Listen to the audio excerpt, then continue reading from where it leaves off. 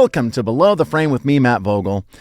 This season, we are revisiting some of our original Below the Frame episodes. They're episodes that we broadcast live during our lunch break from Sesame Street. And today, we're rewinding to October 26, 2017.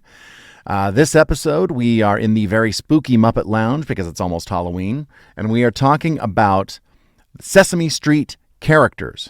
This episode will feature Pam Arciero, Carmen Osbahr, Frankie Cordero, Leslie Carrara-Rudolph, and at the end, Carmen Osbahr is singing "I Love My Elbows" along with Johnny K and the Muppet Lounge Band. It's a really fun episode, so let's go below the frame and rewind to October 26th, 2017.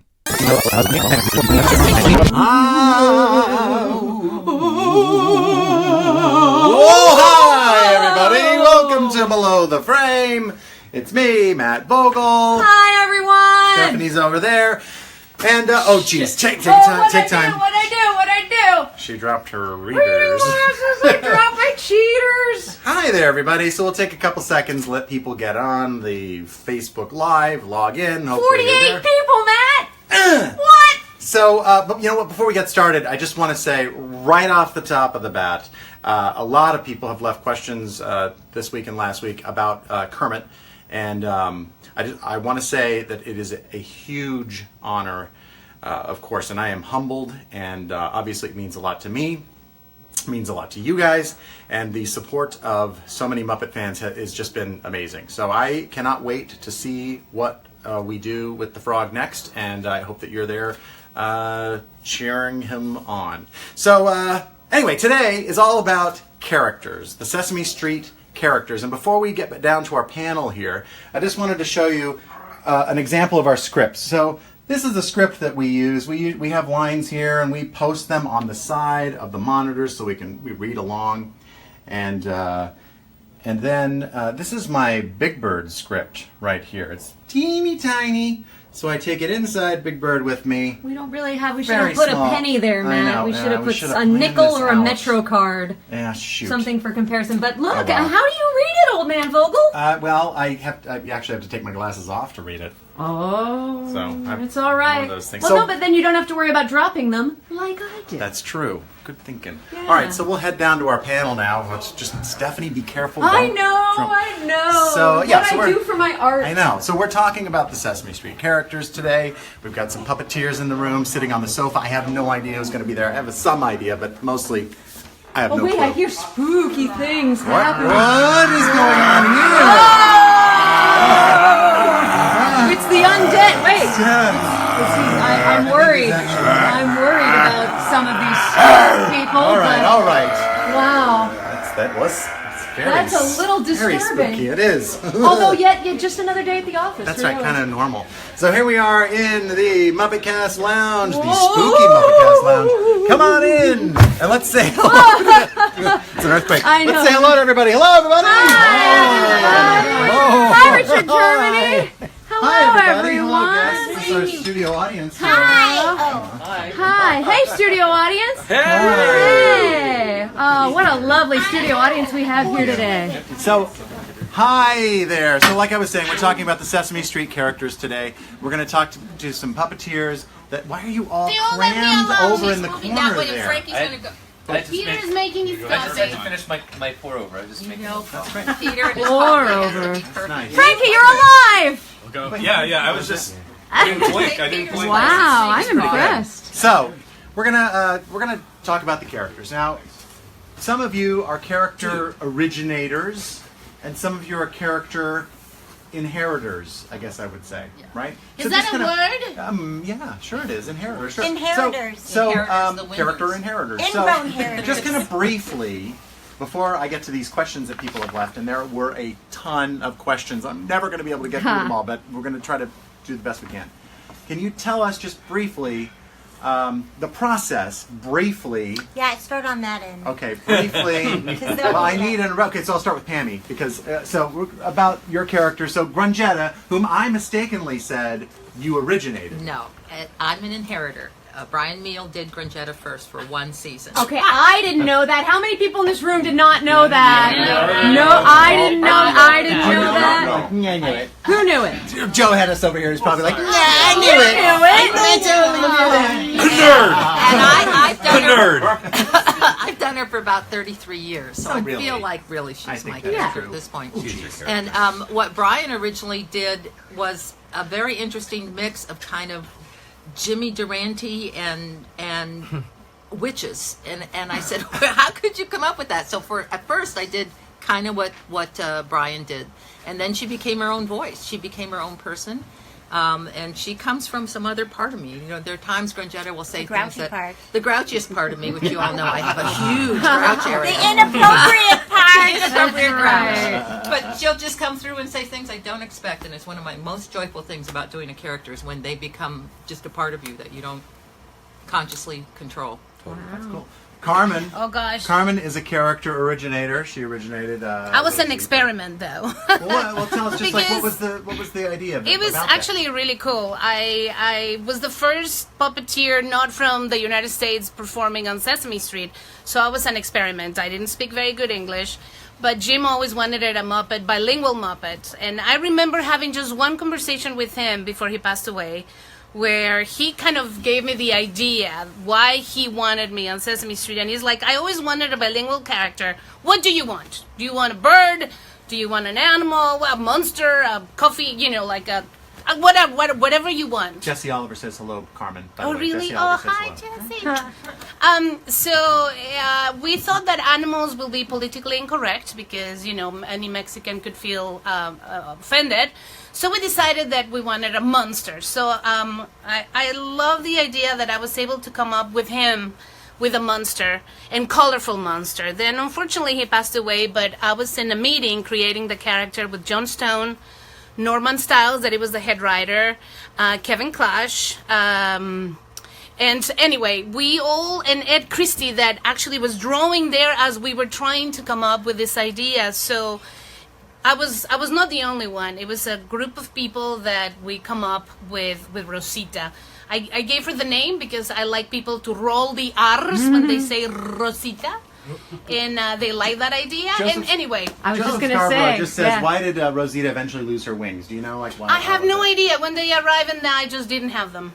I think it was probably a logistic thing. Maybe the it was logistic like thing maybe was the they way. thought that merchandise wise she would look very big or something, and they kind of cut them. That's what I heard. It was monster puberty, I think. Oh my They just- goodness! Frankie Cordero, you were a character originator for Rudy. Yes. What was the process quickly that kind of went into how you created? Like, how did you come up with the voice? Let's say. The voice was something that came up at the callbacks from the audition, where it was just I was roughly just doing like a much higher pitch than my own voice, but naturally because my voice is a little lower, it kind of had that baritone to it. But so there's a little bit of there's a little bit of adjustment that had to be done there. But Rudy's way below the frame. Rudy's first episode was 2 seasons ago, and the story pretty much mirrored my day, which was that Rudy was very nervous to meet his sister for the first time and pretty much hiding in a corner until that happened. And I was pretty much in, I don't remember which corner exactly, but somewhere out there in a corner until it was my time to go on. Just because I think a lot of different things were new that day, or in general, with just the technical stuff of working on the 3-camera show.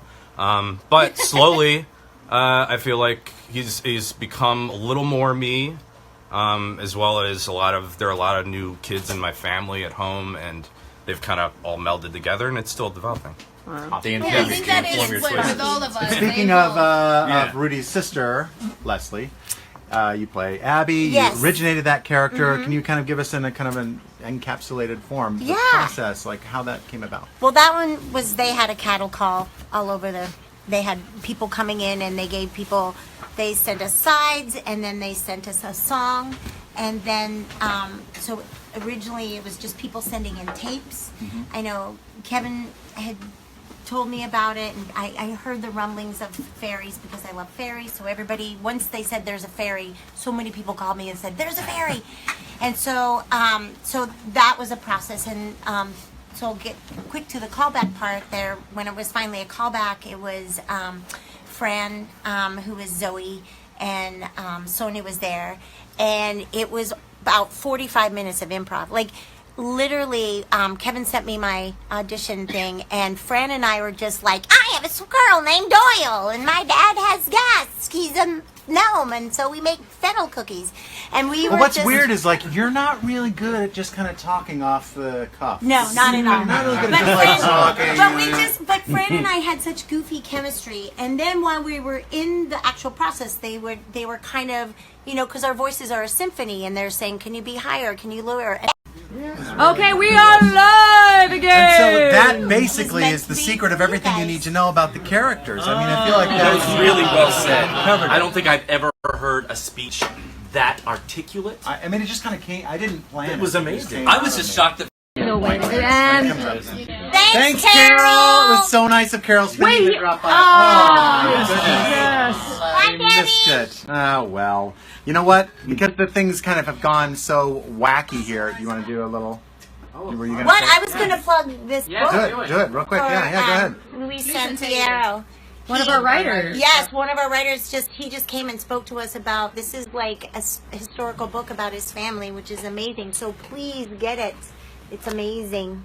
Here he is. Our connection's still good? Our connection's still there. All right. Well, you know what I think we're going to do? I think we'll carry this conversation over to next week. I think that's what we should do, because we have Tyler we didn't really get to hear, I don't think, and he's got that, yeah. He's got that thing. And then I wanted to talk with Peter, because he's got some interesting stories. I'm watching Below the Frame. Oh, okay. And and I've got all these questions that you've left, so I'm going to keep these questions, and I'm going to ask them next week. Actually, you know what we'll do real quick here? What was the first character you performed on Sesame Street, asks Matt Turner. Anybody have a quick answer for that? I was two dancing bugs. There was like a hole in the wall, and there was the Bugtown Boogie. I was doing two bugs at once, which was terrifying because it's really hard to do two puppets at once because my left hand stinks.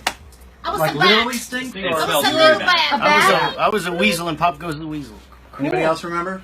Grandma Snuffleupagus. We talked about that last Right. Oh, right. I was Cookie Monster's mom. That was the first thing you did? Yeah, but it was for a test. I was I think that I was a ball. And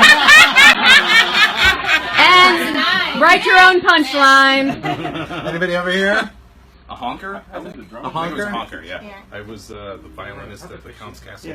Who is this person we're talking to, by the way? Mark Petrosino. Hi. Introduce yourself to our I sweep audience. under the furniture here when these guys are gone. I'm Mark Petrosino. I'm a puppeteer who has been lucky enough to do a couple days here. So.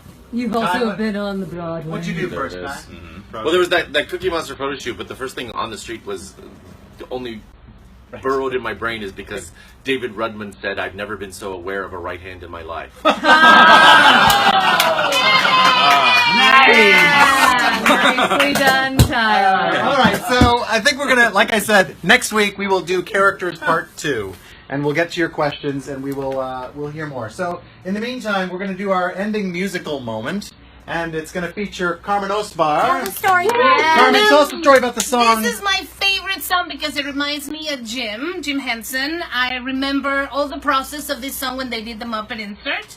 And talking to David yesterday, telling him that we were going to sing this song, he reminded me that this day when we did those Muppet inserts in 1989 was the last day of doing Muppet inserts with Jim Henson. So it's really close to my heart. So here we go. There you go. And here's John Kennedy Thank you, and the everybody. Muppet Lounge Band. Can we introduce the band, by the way? We didn't get to. We got Tyler Bunch, we got Jen Barnhart, we have Gordon Price. Gordon Price, we have Carmen Osbahr, Keith. Keith Olsen. Pam Arciero. What department is Keith in? Rock. And what department is Gordo in? Audio. The people we know, the people need to know.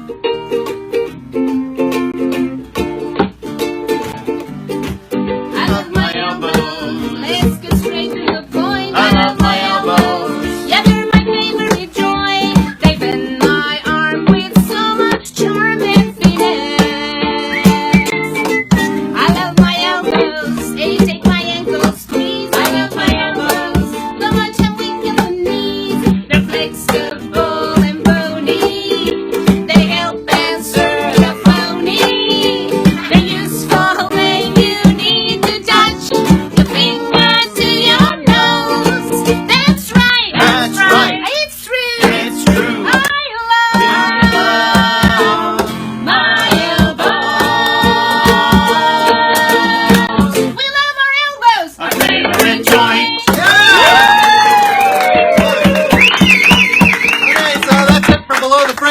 like 3 different parts of it. And if you're watching Below the Frame, I might recommend a show for you called Below the Frame, which is on this. Hi!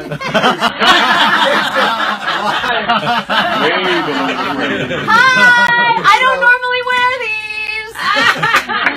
So sorry about the technical difficulties today. Happy Halloween! Happy Halloween! Happy Halloween! We will see everybody next week. We'll continue the conversation, and hopefully our Wi-Fi will work. Thank you so much for watching. Hey, John, take us home. And Now you're all in the know because you joined us for our little show. It's all go, go, go, go, go, go. Below the frame. All right, everybody, we're back! Thanks. Bye-bye. Wow. All right. Happy Halloween, everybody. Candy. Sorry, you probably couldn't hear me. Happy Halloween. Thanks, everybody. Thank you. Bye, Matt. Say goodbye to your public. Bye. Thanks. Below the Frame is produced by Welcome Matt Productions and me, Matt Vogel. Our theme song was written by Stephanie DeBruzzo and myself and performed by the Mighty Weaklings. Our podcast art was created by Dave Holteen at daveholteendesign.com. This Rewind episode was originally produced by me along with Stephanie DeBruzzo, who also filmed and broadcast the show live, gave valuable consultation, and was just doggone great support in the creation of the episode. So special thanks goes out to Stephanie DeBruzzo. Follow me on Instagram at WelcomeMattV or search Matt Vogel. I post things every now and again, and it'll help you to know when new episodes of this podcast are out, for example. Thanks to everybody who was in our Rewind episode today. I loved doing these with you. And thanks to everybody out there for listening and watching. That's right, you can find Below the Frame wherever you get your podcasts, and we're now a video podcast on YouTube, so you can see our faces, especially for these rewinds. You know, it was so great to relive the memories of these episodes of Below the Frame. If you're sharing podcasts out there, please let someone know about this one. And also, please rate and review us. I'm sure that it pleases the podcast gods or something. I don't know. I am Matt Vogel, and we will see you next time when we go Below the Frame. Go, go, go.